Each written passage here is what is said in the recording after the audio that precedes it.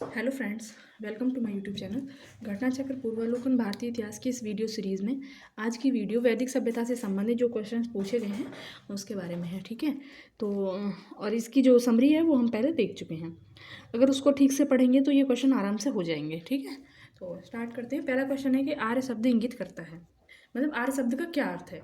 तो सबसे पहले तो ये मतलब समझो कि आर्य शब्द का अर्थ क्यों पूछा गया। तो इसका ये इसलिए पूछा गया क्योंकि जैसे हमने पढ़ा वैदिक सभ्यता, तो वैदिक सभ्यता का दूसरा नाम क्या पढ़ा हमने, आर्य सभ्यता, है ना। तो वैदिक सभ्यता को दूसरा नाम आर्य सभ्यता से जाना जाता है।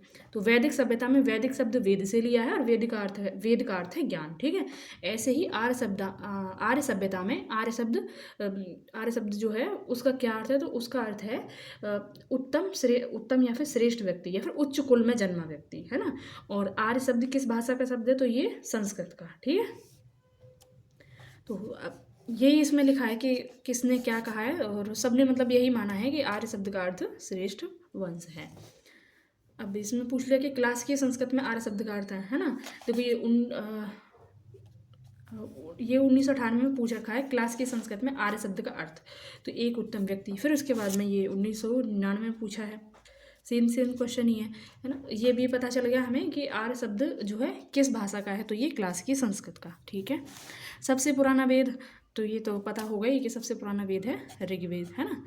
तो ऋग्वेद के नाम पर ऋग्वैदिक काल भी पढ़ा है, यानी वैदिक सभ्यता को दो भागों में बांट कर पढ़ा जाता है, एक तो ऋग्वैदिक काल और एक उत्तर वैदिक काल, है ना। तो ऋग्वेद की महत्ता इतनी ज़्यादा है कि ऋग्वेद के नाम पर ही आरंभिक काल को ऋग्वैदिक काल कहते हैं। और इसको दो भागों में क्यों बांटा, सीधी सी बात है कि इस दो भागों में इसलिए बांटा होगा कि जो प्रारंभिक ऋग्वैदिक काल है उसकी विशेषताएं कुछ अलग होंगी और उत्तर वैदिक काल की अलग होंगी। ठीक है, अब पूछा है कि त्रयी नाम है, यानी त्रयी किसे कहा जाता है, तो त्रयी कहा जाता है तीन वेदों को। वेद तो चार हैं, है ना, लेकिन त्रयी में तीन वेद हैं। तो त्रयी में तीन वेद कौन से हैं, आरंभिक तीन वेद, यानी ऋग्वेद, यजुर्वेद, सामवेद। इसमें अथर्ववेद शामिल नहीं है। ठीक है, नेक्स्ट है कि किस वैदिक ग्रंथ में वर्ण शब्द का सर्वप्रथम नाम उल्लेख मिलता है। तो वर्ण शब्द, वर्ण मतलब जैसे वर्ण व्यवस्था, है ना। वर्ण व्यवस्था धीरे धीरे करके क्या होता है, फिर ये आनुवंशिक होती जाती है। यानी वर्ण व्यवस्था पहले यानी समाज का जो विभाजन है ना, समाज के विभाजन की व्यवस्था थी वर्ण व्यवस्था। तो पहले थी व्यवसाय आधारित और धीरे धीरे करके वो आनुवंशिक यानी जन्म आधारित हो जाती है।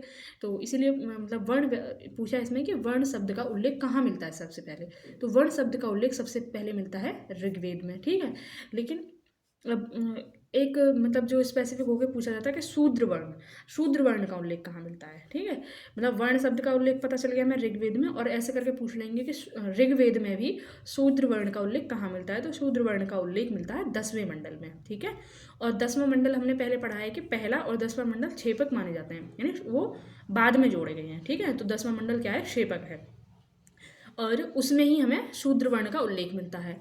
और किस में मिलता है, पुरुष सूक्त में। ठीक है, तो ऋग्वेद के 10वें मंडल के पुरुष सूक्त में शूद्र वर्ण का उल्लेख मिलता है। ठीक है, और वर्ण शब्द का अर्थ क्या है ये भी जान लेते हैं। वर्ण शब्द का अर्थ क्या है, तो वर्ण शब्द का अर्थ कहीं कहीं मिलता है व्यवसाय, तो कहीं कहीं मिलता है वर्ण यानी रंग, गौर वर्ण या कृष्ण वर्ण। तो जो गौर वर्ण के लोग थे वो आर्य थे, और कृष्ण वर्ण के लोग थे जो दास थे। ठीक है, तो वर्ण को रंग पे आधारित विभाजन के लिए भी यूज किया जाता था, और व्यवसाय आधारित सामाजिक विभाजन के लिए भी वर्ण शब्द का प्रयोग किया जाता था। वर्ण व्यवस्था से संबंधित पुरुष सूक्त मूलतः पाया जाता है। तो ऋग्वेद में अभी हमने देखा पुरुष सूक्त क्यों इंपॉर्टेंट है, क्योंकि यहाँ पे हमें शूद्र वर्ण का उल्लेख मिलता है पहली बार।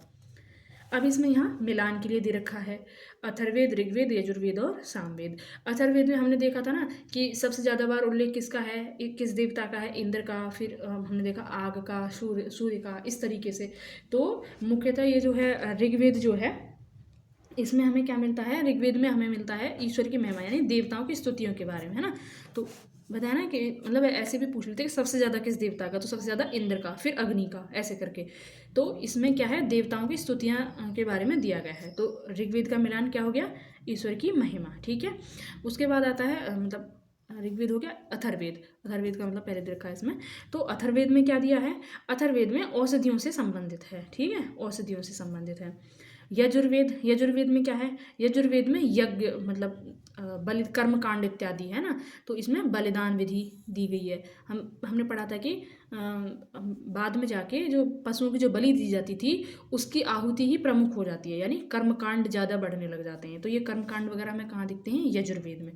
तो यजुर्वेद ऋग्वेद के बाद का है, यानी पहले तो आहुति अलग अलग प्रकार से दी जाती थी, चावल वगैरह जो सामग्री वगैरह जो डालते हैं इस तरीके से विभिन्न प्रकार की आहुतियाँ, मतलब खाद्य पदार्थ इत्यादि की। लेकिन धीरे धीरे क्या होता है, पशु बलि की आहुति दी जाने लगती है और पशु बलि की आहुति ही प्रमुख हो जाती है ना। तो ये कर्मकांड कहाँ मिलते हैं हमें, यजुर्वेद में। तो यजुर्वेद को बलिदान के साथ मैच करेंगे, ठीक है। और सामवेद के साथ संगीत, यानी संगीत के जो सारे गामा पादा नीसा है, ये जो है हमें सामवेद से ही मिलता है। तो संगीत का जनक जो है क्या है, ये सामवेद ही है। तो सामवेद को संगीत के साथ, और क्या बता, ये हो गया ऋग्वेद हो गया, अथर्ववेद, औषधि संबंध, ठीक है, चारों हो गए। अब यहाँ पे फिर से मिलान के लिए दिया है, वही सेम चीज़ है, मतलब इसी का थोड़ा सा अगर मतलब इसको डिटेल में थोड़ा सा समझा होगा तो ये 1999 के बाद में 2002-2003 में पूछा, लैंग्वेज थोड़ी सी चेंज कर दी है बस, ठीक है। अब देखो, अभी हमने पढ़ा कि कर्मकांड वगैरह, तो कर्मकांड वगैरह कहाँ थे, पहले तो ऋग्वेद का मिला, तो ऋग्वेद में कहाँ था, प्रार्थनाएं वगैरह थी, है ना। और सामवेद कहाँ था, संगीत में स्रोत था।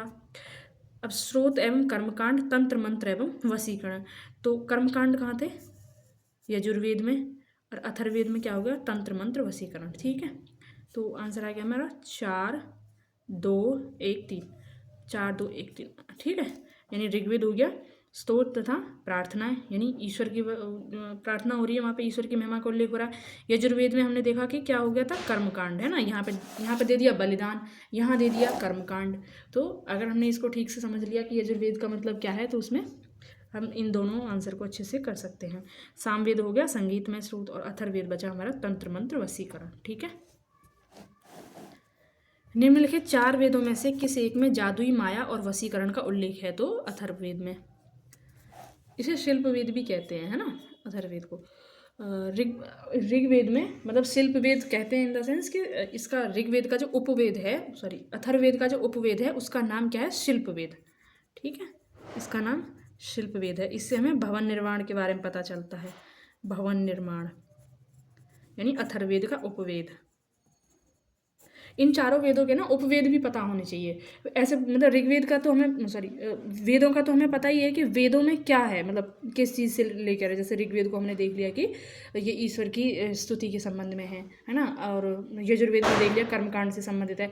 तो इन वेदों के उपवेद भी पता होने चाहिए, और वो उपवेद किससे संबंधित है इसके बारे में भी हमें पता होना चाहिए। जैसे कि इसमें नहीं दिया है, मैं बता देती हूँ एक बार। ऋग्वेद का जो उपवेद है वो है आयुर्वेद, है ना, और इसके प्रवर्तक हैं प्रजापति।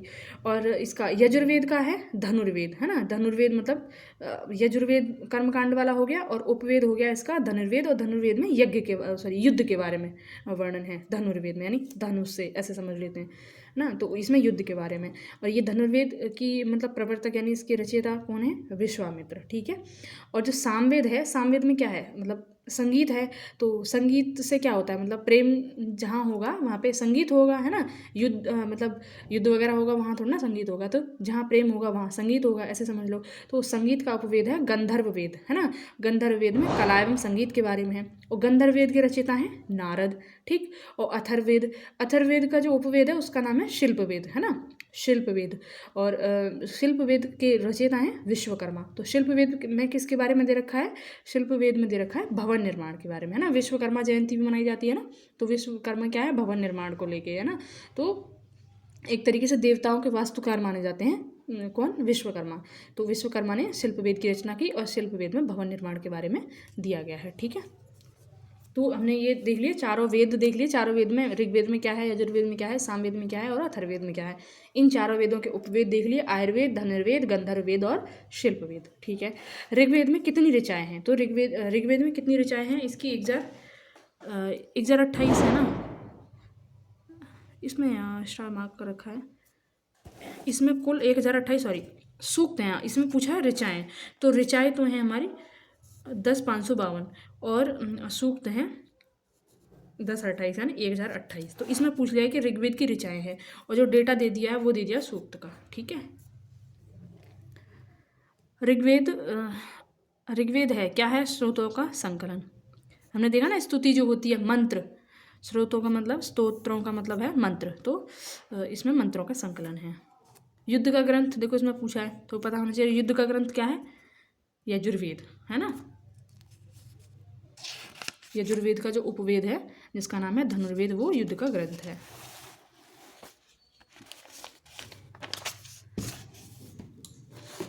इसमें नेक्स्ट है कि यहाँ पे फिर से मिलान के लिए दिया है। इसमें बताना है, इसमें जो गोपद, शतपथ, ऐत्रेय, पंचविशी ये क्या है? ये ब्राह्मण है ना। तो हमने पढ़ा था ना कि हर उसका ब्राह्मण अलग अलग है, 4 वेद हैं, चारों वेदों के अलग अलग ब्राह्मण हैं। तो ये अगर हमें ब्राह्मण सबके पता होंगे तो हम इसे कर देंगे। और एक बार में देखो इसमें कुछ दिए हैं और एक बार मतलब मैं यहाँ पे सबके कंप्लीट करा देती हूँ, तो फिर आगे अगर कोई क्वेश्चन आता भी है ऐसा तो उसे हम कर सकेंगे आराम से, है ना। तो इसमें दे रखा है ऋग्वेद का ब्राह्मण ऐत्रेय, है ना। तो ऐत्रेय ब्राह्मण तो है ही, दूसरा ब्राह्मण है कौशितकीय, कौशितकीय, ठीक है। और सामवेद, सामवेद का एक ब्राह्मण है पंचविश, ठीक है। इसी का नाम है पंचविश का नाम ही, पंचविश का दूसरा नाम है तांड्य, ठीक है। अथर्ववेद, अथर्ववेद का एक ही ब्राह्मण है जिसका नाम है गोपथ, ठीक है। और यजुर्वेद का शतपथ और तैत्तरीय,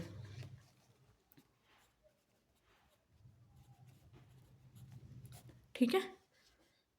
तो ऋग्वेद का और यजुर्वेद का मतलब आरंभिक जो 2 हैं उन दोनों के 2 हैं, और फिर इन लास्ट वाले 2 के 1 हैं। और सामवेद का जो पंचविश है इसी का नाम दूसरा है तांड्य, ठीक है। और सामवेद का हो गया, यजुर्वेद के दोनों हो गए शतपथ और तैत्तरीय।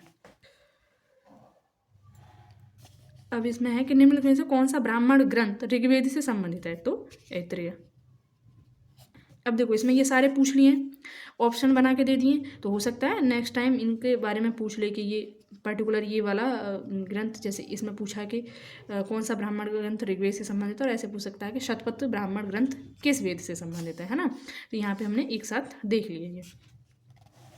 कौशितकी का दूसरा नाम यहाँ पे लिख रखा है शंखायन, तो कौशितकी का दूसरा नाम शंखायन है, ठीक है, दिख रहा है ना, ओके। गोपथ ब्राह्मण किससे संबंधित है? ये अथर्ववेद से संबंधित है। निम्नलिखित में से कौन ये शुक्ल है, शुल्क नहीं है, शुक्ल यजुर्वेद की संहिता है, यानी यजुर्वेद के 2 भाग थे, कृष्ण यजुर्वेद और शुक्ल यजुर्वेद। तो इसकी जो संहिता है वो है वाजसनेयी, ठीक है, वाजसनेयी। देखो यहाँ पे सही नाम लिख रखा है इसका शुक्ल, तो यहाँ शुल्क लिख दिया था यहाँ, ठीक है, ये वाला सही नाम है शुक्ल। तो यजुर्वेद के 2 भाग, कृष्ण यजुर्वेद और शुक्ल यजुर्वेद, और शुक्ल यजुर्वेद की संहिता का नाम है वाजसनेयी संहिता। शुक्ल यजुर्वेद की 2 शाखाएं कण्व तथा माध्यन्दिन हैं। यजुर्वेद की 2 शाखाएं हैं, और फिर यजुर्वेद की 2 शाखाएं हो गई शुक्ल और कृष्ण, और फिर शुक्ल यजुर्वेद की 2 शाखाएं हैं, उनका नाम है कण्व और माध्यन्दिन। ध्यातव्य है कि वाजसनेयी संहिता पूर्णतः पद शैली में रचित है, इसमें गद्य का प्रयोग नहीं है, ठीक है। वाजसनेयी संहिता यजुर्वेद से संबंधित है, इसे हम कैसे याद रख सकते हैं? यजुर्वेद क्या है? युद्ध से संबंधित है ना, कर्मकांड ये सब हमने पढ़ा था। जो ये है मतलब यजुर्वेद है, इसका उपवेद जो है उसका नाम भी धनुर्वेद ही है। तो एक युद्ध हमने पढ़ा था वाजपेयी युद्ध, है ना, तो वाजपेयी से हम याद रख सकते हैं वाजसनेयी संहिता, ठीक है। तो ऋग्वेद का कौन सा मंडल पूर्णतः सोम को समर्पित है? तो सोम का 9वां मंडल, ठीक है। ऋग्वेद में कुल कितने मंडल हैं? 10। इसके 9वें मंडल के 114 सूक्त सोम को समर्पित है। तो सोम क्या है? एक मतलब विशेष प्रकार का पौधा है सोम, देवताओं का पौधा समझ लो, और कहते हैं सोम रस का पान करना। ऋग्वेदिक संहिता का 9वां मंडल पूर्णतः किसको समर्पित है? सोम और इस पेय पर नामांकित देवता यानी सोमदेव, है ना। तो सोम क्या है? एक पौधा है और उसी से पेय पदार्थ बनाया जाता था। अब है कि यज्ञ संबंधी विधि विधानों का पता चलता है तो यजुर्वेद से, ठीक है, कर्मकांड वगैरह हमने देखा था। यज्ञ संबंधी विधि विधानों का पता चलता है यजुर्वेद से। यज्ञ संबंधी विधि विधानों का पता यजुर्वेद से चलता है। यजुर्वेद के 2 भाग हैं, शुक्ल यजुर्वेद और कृष्ण यजुर्वेद। फिर हमने शुक्ल यजुर्वेद के भी 2 भाग पढ़े, कण्व तथा माध्यन्दिन, ठीक है। निम्नलिखित में से किसका संकलन ऋग्वेद पर आधारित है ना? तो ऋग्वेद पर आधारित सामवेद है। कहीं कहीं 99 को छोड़कर बाकी सभी को, तो कहीं कहीं 75 ऋचाओं को छोड़कर बाकी सभी ऋचाएँ जो सामवेद में रची गई हैं वो सारी की सारी ऋग्वेद से ही ली गई हैं, ऐसा मानना है ना? तो अगर ऐसे आए कि भाई किसका संकलन ऋग्वेद पर आधारित है, तो वो सामवेद पर। और सामवेद में किसके बारे में दिया गया है? सामवेद में संगीत की उत्पत्ति, हमें सबसे पहले संगीत का स्रोत जो है वो सामवेद को ही मानते हैं। ठीक है। भारत के किस स्थल की खुदाई से लौह धातु के प्रचलन के प्राचीनतम प्रमाण मिले हैं? तो अतरंजी खेड़ा से। और ये अतरंजी खेड़ा कहाँ पड़ता है? ये उत्तर प्रदेश में। ठीक है, ये उत्तर प्रदेश में पड़ता है, ये ध्यान रखना है हमें। और ये इधर एटा साइड पड़ता है ना, एटा का अतरंजी खेड़ा से।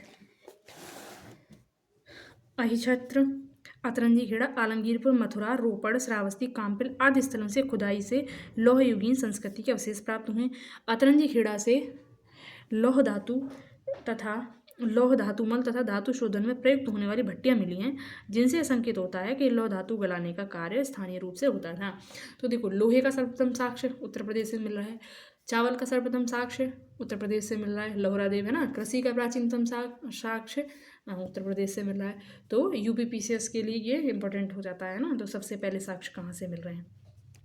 बात करते हैं उपनिषद की। तो उपनिषद जो हैं किस पे आधारित हैं? दर्शन पर।